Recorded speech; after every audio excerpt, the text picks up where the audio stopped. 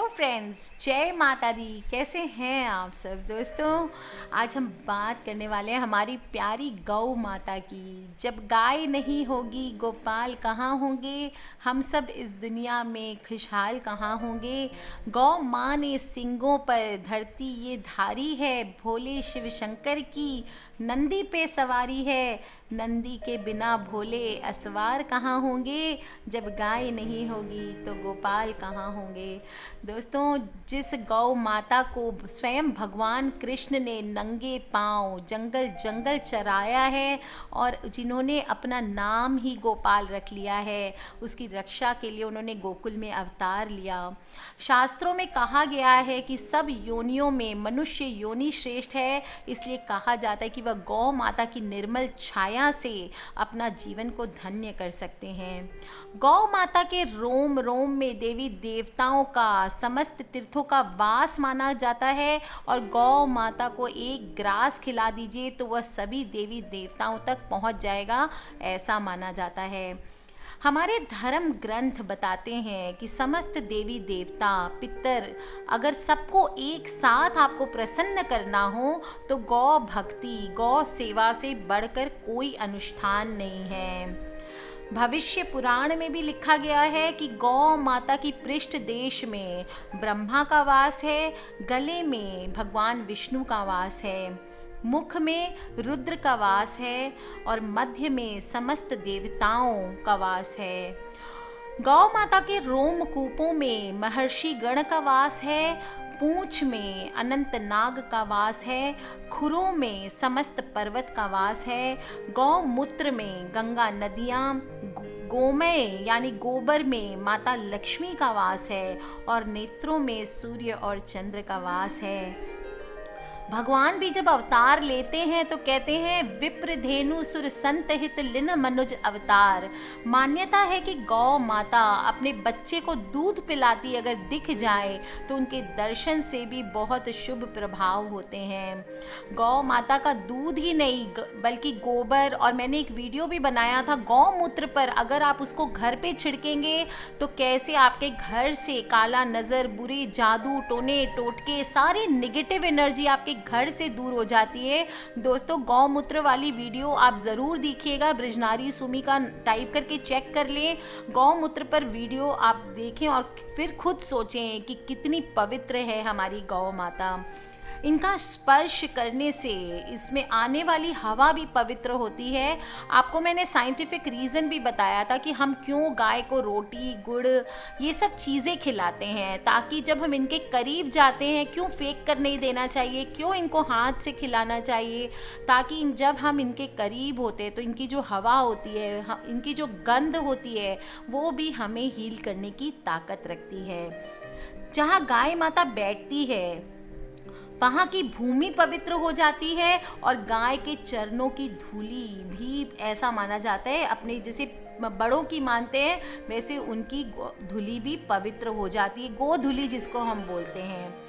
दोस्तों, गावो विश्वस्य मातरः, देव जिसे विश्व की माता बताते हैं, वो गौ माता की तुलना हम भला किसी और से कैसे कर सकते हैं। तीर्थों में तीर्थराज प्रयाग है, उसी तरह देवी देवताओं में अग्रगणी गौ माता है।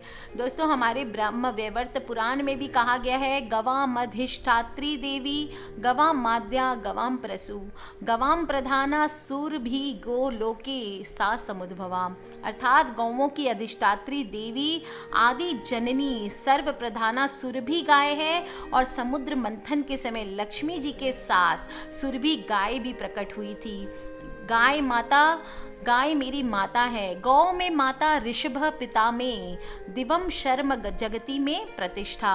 गाय हमारी माता है और ऋषभ पिता है, वे इह लोक में और परलोक में सुख, मंगल तथा प्रतिष्ठा प्रदान करते हैं। दोस्तों, हमारे धर्म शास्त्रों के अनुसार भगवान का अवतार है गौ माता, संतों तथा धर्म की रक्षा के लिए होती है।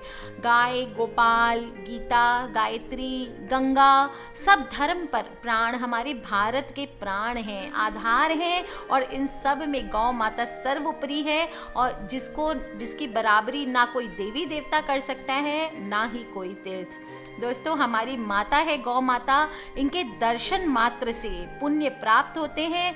बड़े बड़े यज्ञ दान आदि कर्मों से भी जो फल नहीं मिलते हैं वो इनको भोजन कराने से मिलते हैं। दोस्तों हमेशा गाय को मैं बताती हूँ आपको खाना देना चाहिए, भोजन देना चाहिए। जब भी आप रोटी बनाएं, पहली रोटी गाय की मैं सबको समझा के थक गई हूँ, पहली रोटी गाय की ज़रूर निकालें। एक रोटी में कुछ नहीं बिगड़ता है। अगर मैं समझ सकती हूँ शायद आपके घर पे कुछ प्रॉब्लम हो अगर खाने की, या कुछ प्रॉब्लम हो कि एक रोटी आप नहीं देने के सामर्थ्य में है तो एक अलग बात है दोस्तों, वरना एक रोटी बनाने में बिल्कुल जोर नहीं आता है। एक रोटी छोटी सी बना लें, अगर कम भी है आपके पास तो एक छोटी सी रोटी बना के दें, पर रोज़ आप गाय को ज़रूर खिलाएं।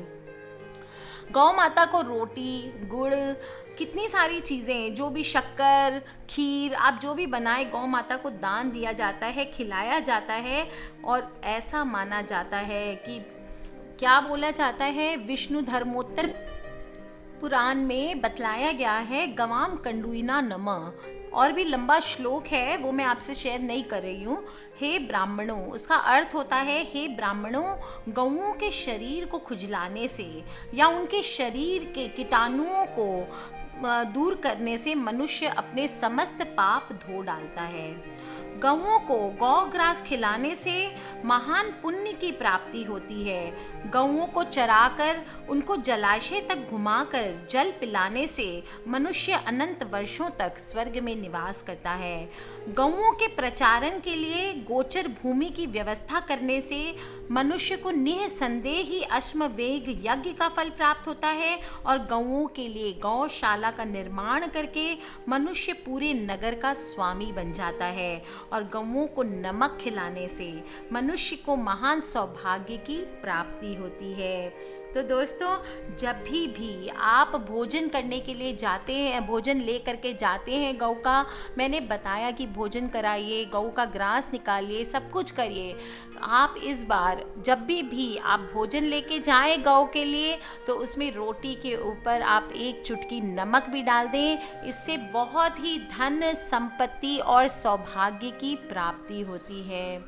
दोस्तों गौ माता हमारी माता है, और अगर हम उनको नमक खिलाते हैं तो ऐसा माना जाता है कि हमारे जीवन से सभी कर्ज दूर हो जाते हैं। क्या बोला जाता है, एक चुटकी नमक, आप किसी को अगर एक चुटकी नमक खिला देते हैं तो कितना भाग्यशाली, क्या होता है, जीवन भर एहसानमंद हो जाता है। क्या बोलते हैं हम, नमक का कर्जा। अगर एक चुटकी नमक से हम किसी के कर्जवान हो जाते हैं, नमक का कर्जा हमारे ऊपर चढ़ जाता है, उसका बोलते हैं अहित नहीं कर सकते।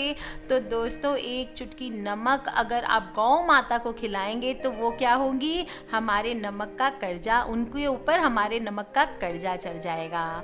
वो हमारी हमेशा भलाई करेंगी, और ऐसा माना जाता है हमें धन, धान्य, सौभाग्य आदि सभी देती हैं। ये बहुत बड़ा टोटका होता है दोस्तों गाय को नमक खिलाना। तो नेक्स्ट टाइम जब भी आप रोटी लेकर के जाएं गौ माता को खिलाने, तो उस पर आप एक चुटकी नमक डालना ना भूलें। दोस्तों एक चुटकी नमक आप देखेंगे कमाल कैसे कर्जा उतरता है, आपके जीवन से दूर हो जाते हैं सारे, आपका जीवन कर्ज मुक्त हो जाता है, क्योंकि उसके बाद वो कर्जा आपको नहीं चुकाना पड़ता, वो कर्जा गौ माता आपके लिए चुकाती है।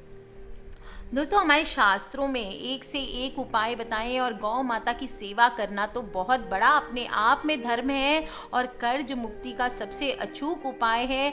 हर कोई आज की दुनिया में कर्ज इतना चढ़ा लिया है सबने। एक वो मूवी भी आई थी, कौन सी थी वो, सैफ अली खान की थी, वो तारारम पम पम, जो भी है दोस्तों, वो मूवी में बहुत खूबसूरती से बताया गया था कि कैसे आजकल लोग अपनी ऐशो आराम के लिए, अपने पर्सनल एक्सपेंसेस के लिए, शोबाजी और ब्रांडेड चीज़ों के पीछे जितनी कमाई नहीं होती उससे ज़्यादा खर्चा अपने सिर पे चढ़ाते जाते हैं।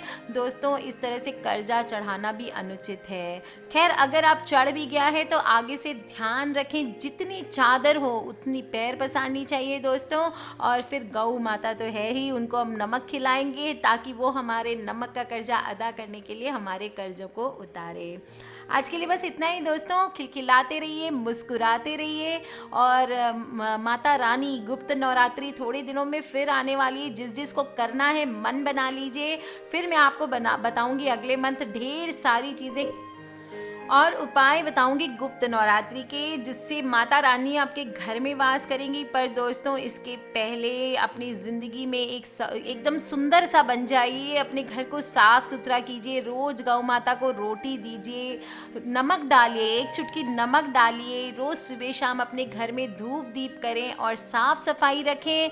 हल्दी का स्प्रे रोज़ सुबह अपने मुख्य दरवाजे पे डालें। और देखिए दोस्तों, अगर लगता है बुरी नज़र है तो दरवाजे पर एक काले कपड़े में 50 ग्राम फिटकरी बांध के मुख्य दरवाजे पे लटका लें और देखिए आपकी ज़िंदगी कैसे सरल और सपाट बनती है। आज के लिए बस इतना ही दोस्तों। खिलखिलाते रहिए, मुस्कुराते रहिए। अपने फ्रेंड्स और फैमिली से ये वीडियो शेयर करना ना भूलें। और हाँ दोस्तों, सब्सक्राइब करके रखें ताकि आप और मैं आने वाले वीडियो से कनेक्टेड रहें।